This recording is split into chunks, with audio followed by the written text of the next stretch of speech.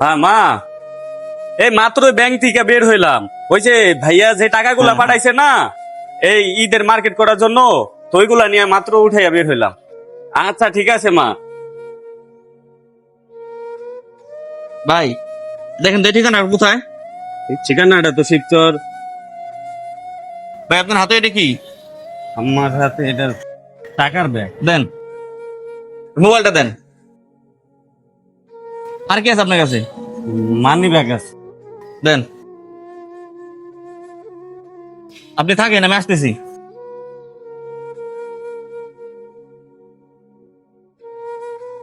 আরে ভাই, কি হয়েছে আপনার ভাই?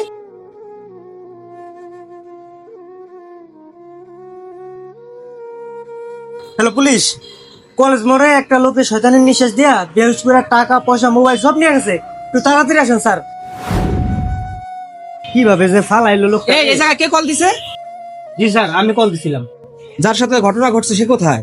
তার এত দ্রুত হসপিটালে পাঠানোর ব্যবস্থা করছি, ঘটনাটা এখানেই করছে স্যার। আচ্ছা, এই মার্কেটের আশেপাশে কোথাও সিসি ক্যামেরা আছে?